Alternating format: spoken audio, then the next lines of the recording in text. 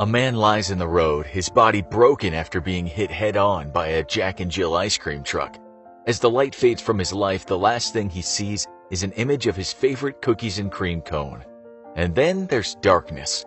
Except somewhere in that darkness, there's a door slightly ajar, with a bright light shining through the crack.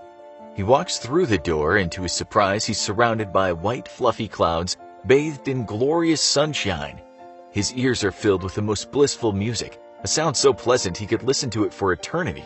Then suddenly he's faced with giant pearl gates, and in front of them is a man holding a set of keys. "I'm St. Peter," the man intones. "I hold the keys to the kingdom." St. Peter then says, "Hold on a minute, will you?" And he starts turning the pages of what looks like some kind of unbelievably large directory. "Okay, you're good to go," says Peter, and he opens the doors.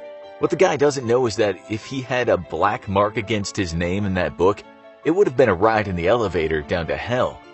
When the man's finally ensconced in his personal bit of heaven, the owner of the place does a meet and greet. The man's God. He's larger than life and wears a wonderfully lustrous white beard, reminding the guy of Gandalf from Lord of the Rings. The end.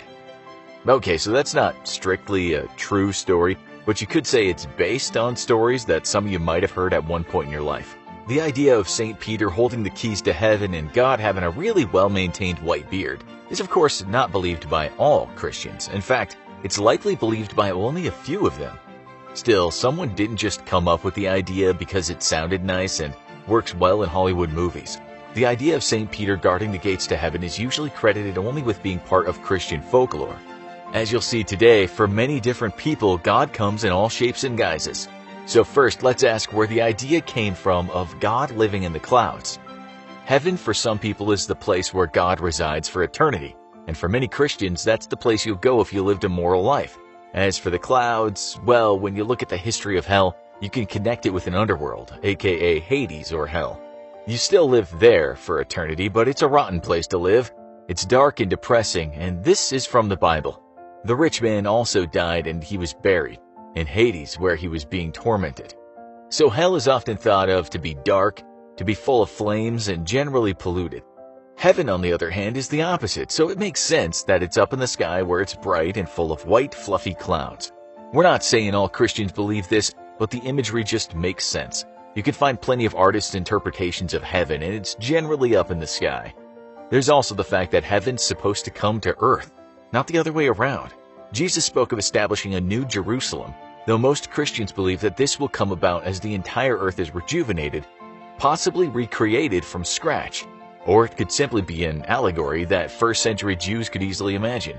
Some scholars say those early writers of Christianity didn't talk about being zoomed up to heaven at all, but heaven on earth was certainly a real hope. When that happens, God will also dwell with the humans, according to another part of the Bible. It's complicated, very complicated. Some Christians think that when they die they'll be judged, but others will tell you that at some point there will be a judgment day in the future for all souls, whether part of the living or part of the dead.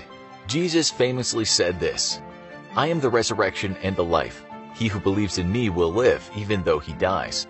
So that's one concept of God, an entity who sits in the cloudy heavens and someone you might meet if you live a wholesome life. And that's the God you might have learned about in Sunday school. But in the view of today's show, it's a pretty simplistic version of God. There is the common narrative that God is the supremely powerful being, a being of unimaginable intelligence that's everywhere and sees everything. And if you believe this, you can call yourself a theist. There are folks that believe there's a supreme being who created everything, but he's a hands-off type of God, meaning he doesn't mess with human affairs. These people can call themselves deists. Then there are pantheists, who will tell you that God and the universe are the same thing. Animists, on the other hand, believe God or spirits are in all the things around us. There's the Hindu religion. In that you find three main gods: Brahma, the creator of the universe; Vishnu, the preserver of the universe; and Shiva, the destroyer. Some people say there are about 330 million Hindu gods, although we found Hindu scholars who say that that's a myth. In short, it's all about how a certain word is translated. It can be translated as million or supreme. If it's supreme, then that would mean 33 supreme gods, not 33 million. Still, to talk about those gods, we need a lot of time, so we'll leave them alone today. Back to the Abrahamic God, that of Christianity, Islam, and Judaism. Here you could say there are three main beliefs. One is that God sees all humans as equal and he wants to give all of them his unconditional love. Another belief is that God will give you his love, but you have to work for it. And another is some folks have done certain things on earth and are pretty much irredeemable, and they won't get to heaven. Jehovah's Witnesses fall into this category.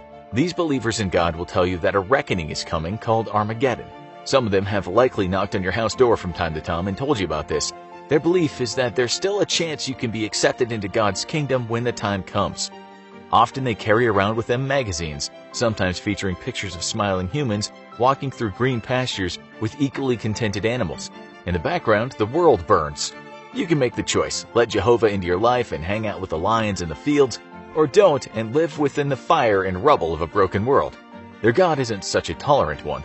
God can be very judgmental, but he can also embrace your faults.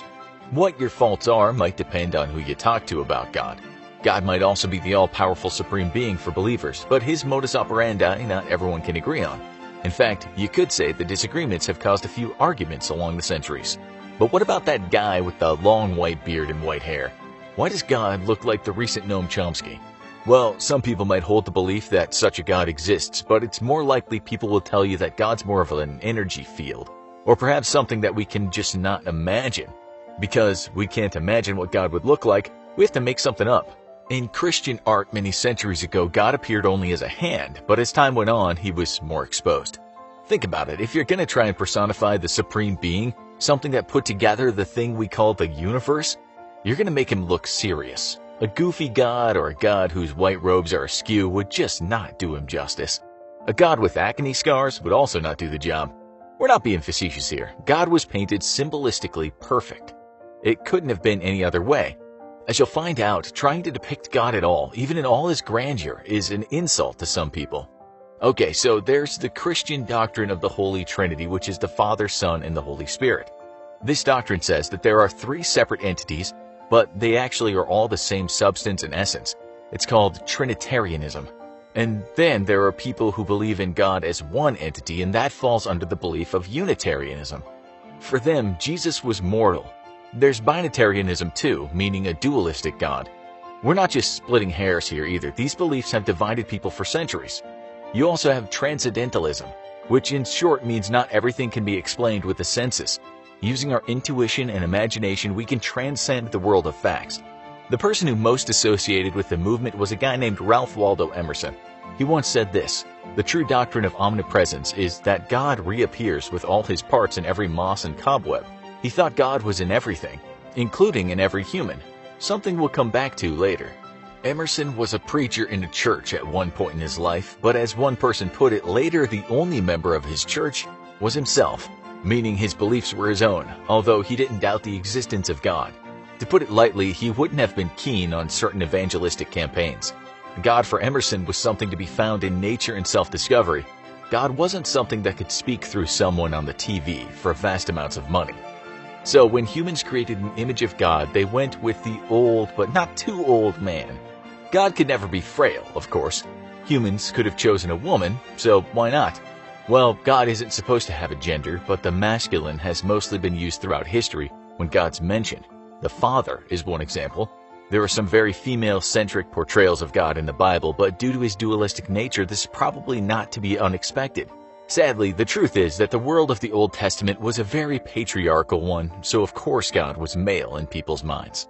There's also this from the Bible: "Let us make man in our image, after our likeness, to rule over the fish of the sea and the birds of the air, over the livestock, and over all the earth itself and every creature that crawls upon it." If God made humans in his own image, then does that mean God should look like us? And which one of us? Because it's not as if we all look the same way down here. Could God look like a cross between a sumo wrestler and Kim Kardashian? Most religious scholars will point out that Adam, a man, was created first, and Eve, a woman, was created out of Adam's rib. So technically God should look like Adam. Again, it's complicated, but it's generally thought that God making a man in his own image isn't to be taken literally. Some people say what it means is humans have some higher faculties than other animals, and so we're closer to God. We have consciousness and the ability to understand the concept of God. We also have free will, which in all of the Abrahamic religions is the quality that only man and God share. Rabbits and raccoons don't get bestowed with this. That's perhaps what the own image thing means. Still, this part of the Bible is one of the other reasons why the world is full of artifacts in which God is depicted as a wise old man with a nice beard who can fire lightning from his fingers. In actual fact, many or even most believers in God will tell you that they don't know what God looks like and would never even attempt to guess. To them, God is more like a power, something we little guys won't properly understand while living our lives out down here. Given that the early Christian church, which would go on later to produce the most images of God that we see, was very Greek-oriented, it's likely that the image of Zeus was simply supplanted to become that of God in artwork. Why we humanized God is another complicated subject. Some theorists say that when man and woman started dominating nature, they got some grand ideas. We started making God in our own image. As one person wrote, humans are just wired to want to see the divine. Maybe an invisible God didn't work for the church, and we guess that a visible one motivated the church's followers to keep believing. Nonetheless, throughout history, there are those that have said we should never try and depict an image of God. This is what the Christian monk John of Damascus said many centuries ago. If we attempt to make an image of the invisible God, this would be sinful indeed. It's impossible to portray one who is without body, invisible, uncircumscribed, and without form. This monk wrote a lot about the nature of God, and what he said was of importance for hundreds of years to come.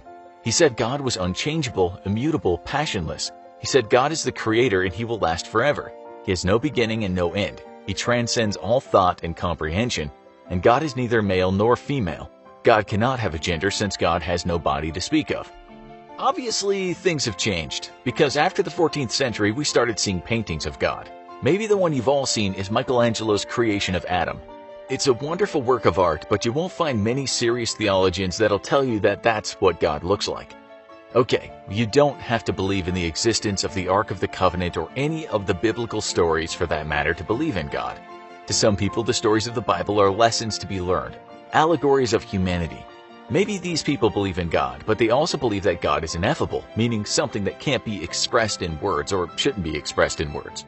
You'll find plenty of scientists that will tell you science can't rule out God. Science hasn't gotten to the bottom of the mystery of the universe, and it hasn't explained what consciousness is. So there's room for God, according to some people. A German philosopher once famously said God is dead. What he meant by that was that the Enlightenment, with all its new ideas and scientific discoveries, had put an end to people believing in God. There are some people today that say we should quit our belief in a holy high power, but there are many others that believe we need God in our lives, even if that God is just a belief in something above and beyond humanity, something to help us achieve a higher state of being. Without this, they say, we're at risk of becoming nihilists, or worse, bored. Even if a man with a white beard didn't create this sometimes unfathomable universe, perhaps just to believe that there's some great meaning to the universe that we humans cannot comprehend is enough. Was the universe just a happy accident, or was there some orchestration going on?